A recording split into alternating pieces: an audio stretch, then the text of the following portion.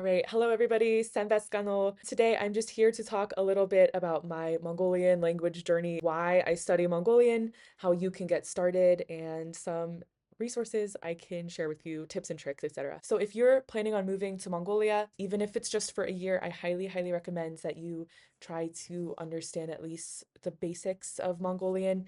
Even being at an A1 level can really help facilitate your experience, make it more enjoyable for you and for the people around you. So if you're moving to Ulaanbaatar, you might have heard before, oh, you don't really need to know Mongolian because most young people speak it. And that may be true, but I will say it just life is easier when you can get in a cab and understand that they're asking, where do you want to go? And life is easier when you can go to the market and understand the price that you're being told. And life is more enjoyable when you can make small talk with people you meet out and about. So I highly recommend you all try to learn Mongolian. It's also just a super fun language, a super beautiful language. And like learning any other language, it will change how you view the world and add some extra richness and perspective. I started learning Mongolian almost exactly 1 year and 4 months ago.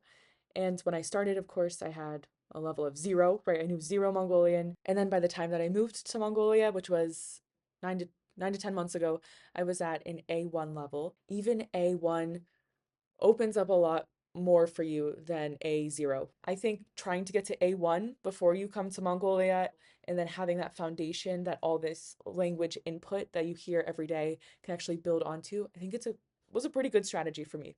Okay, so how did I self-study from nothing to A1 in 6 months?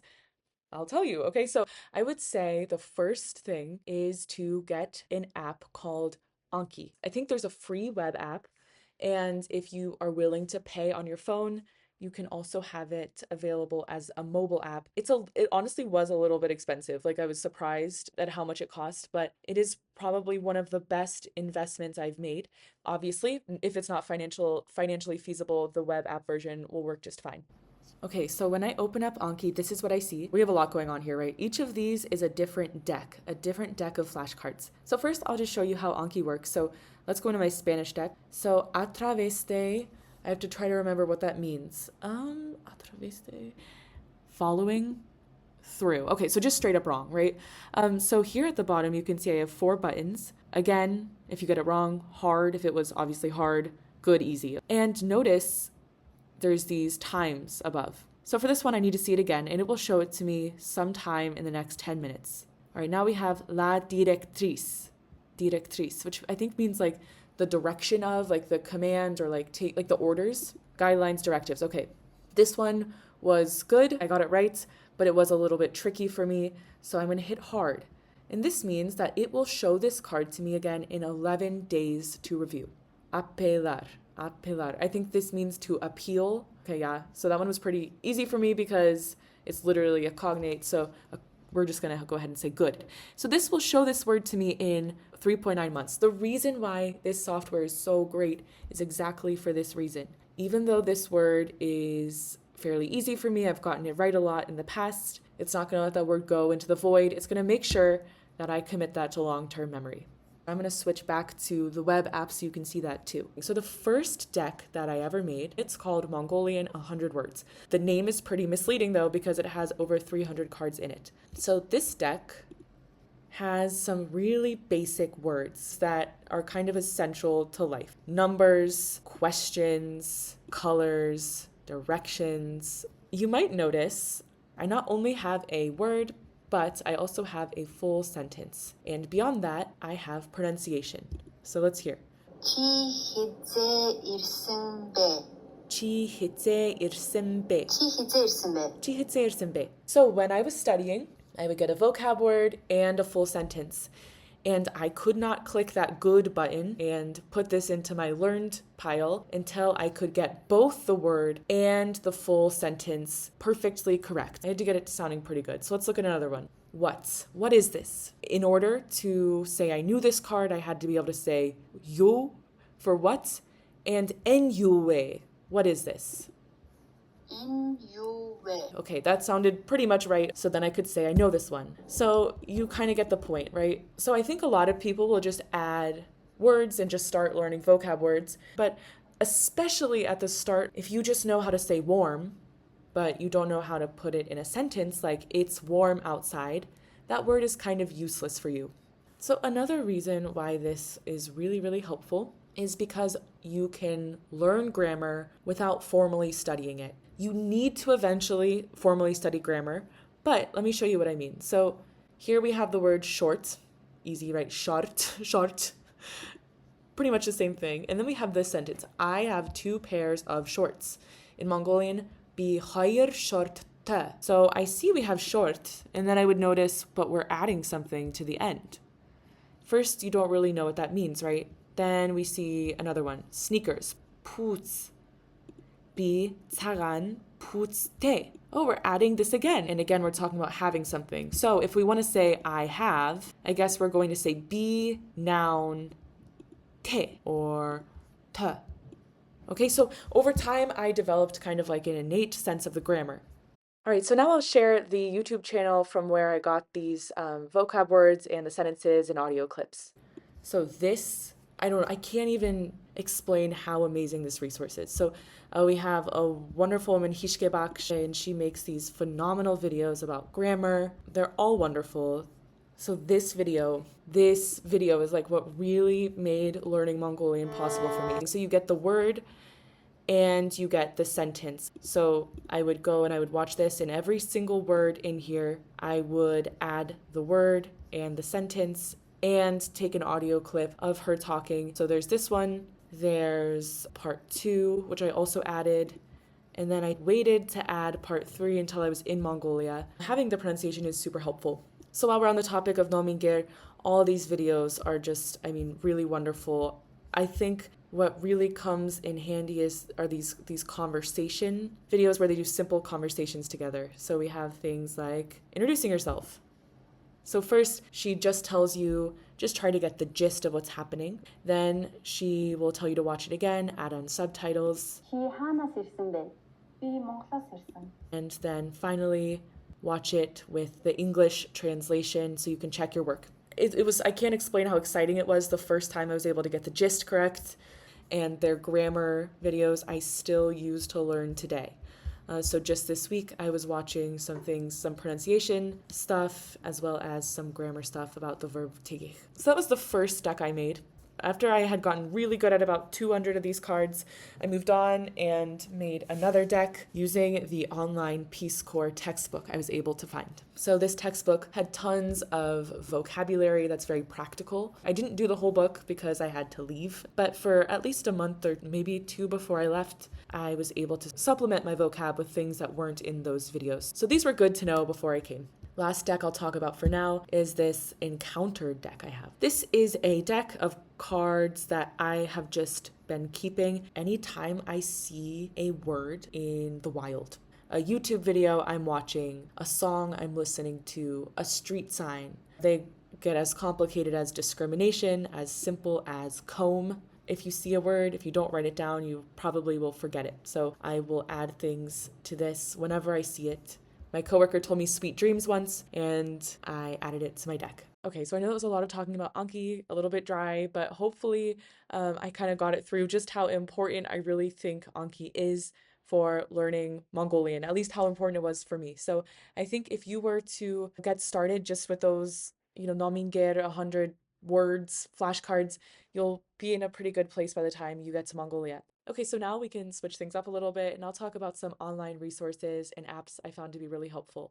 All right, so the first resource I want to point out is called Let's Read Asia. You can go to this website, filter options, language, Mongolian, reading level. I would usually choose 1. And then you get a bunch of books to look at. I distinctly remember reading this one.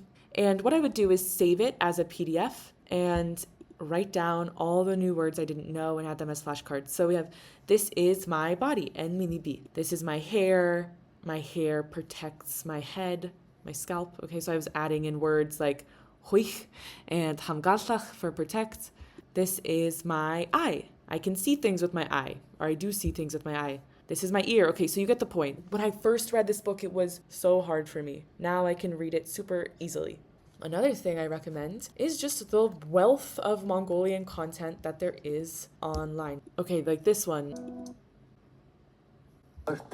нэг ингээд байж идэв шиг санагдав. Тэгээд болцоо идэх юм гээд ирэх юм бол баханд айгу дуртай. So this kind of thing, or this one, which is like kind of like a Mongolian version of Jubilee, I think. So they have for private school kids versus two public school kids. So I think stuff like this, like these kinds of videos are great for vocab acquisition, stuff to round out your Anki decks. Another resource that I absolutely cannot go without mentioning is this dictionary app called Bolli. That's Bolli on the App Store. So Bolli is like a dictionary app, so I can look up pretty much any word. What do I want to look up? Let's look up blog. Oh, would you look at that? It's just plog. And we're going to get some pronunciations. So we have a human pronouncing it. Blog. Blog. And we have AI. Blog. Blog.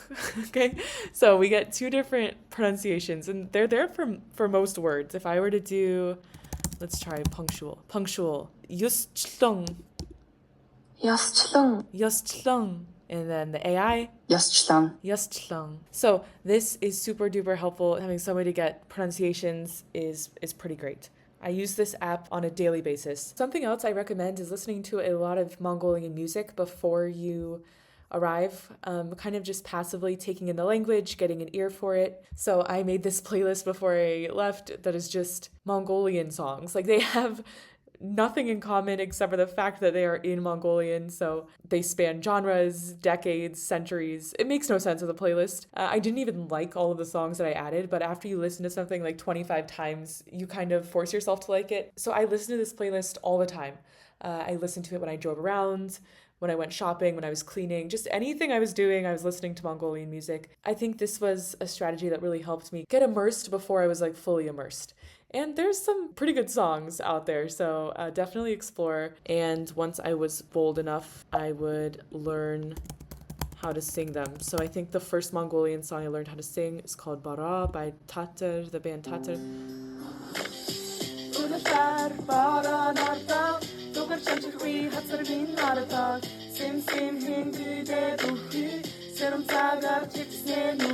So finding that lovely video of me trying to sing reminded me of another point, which is to keep a log of what you learn. I kept a video journal, just occasional check-ins, sometimes every few months, sometimes every few weeks, to go back to the start and see how much progress I've actually made has been something that's been really helpful. And it's also kind of funny. Okay, I'm trying to document my Mongolian language learning journey. So here are my first 20 words. Shoes. The clothes are what's really hard for me. Shoes. Tul. Oh, tul. Gutel. Gutel. Gutel. These are warm shoes. In dulha. In dulhachen. No. In dulhachen. In dulhachen. That can't be right. In dulhachen. Gutel. In dulhachen. Gutel. Bad. Move. All right, so now I can have a hard day, have some awkward miscommunications, feel like I'm not making progress, and watch those videos back and say, you know what? At least now I can say these are warm shoes and without it sounding like it requires the power of a million suns to get out of my brain. So I know this video is getting pretty long. So one last thing to say is I recommend getting this app called Hello Talk. And it's like a pen pal kind of app, like a cultural exchange, language exchange, social media messaging platform. So when you sign up, you can say what language you're learning and get in contact with people who also speak that language and then kind of help each other learn. I've talked a lot about how to get input prior to coming to Mongolia, but output is just as important, a chance to actually practice what you're learning and try things out, get corrections. As you can see, she's helping to correct my Mongolian and I help correct her English. Okay, so this video was about how I went from nothing to A1 before coming to Mongolia. In the future, I might make a video about going from A1 to A2 and what that process has looked like for me. Again, I cannot stress enough how much I recommend learning Mongolian. Learning it has truly been a joy, and it might feel like a lofty goal or feel difficult, but even just putting a little bit of time in every day using some of these resources in this video, I really think that it's in reach for anybody who puts their mind to it. So, all right, yeah, I guess we'll leave it there.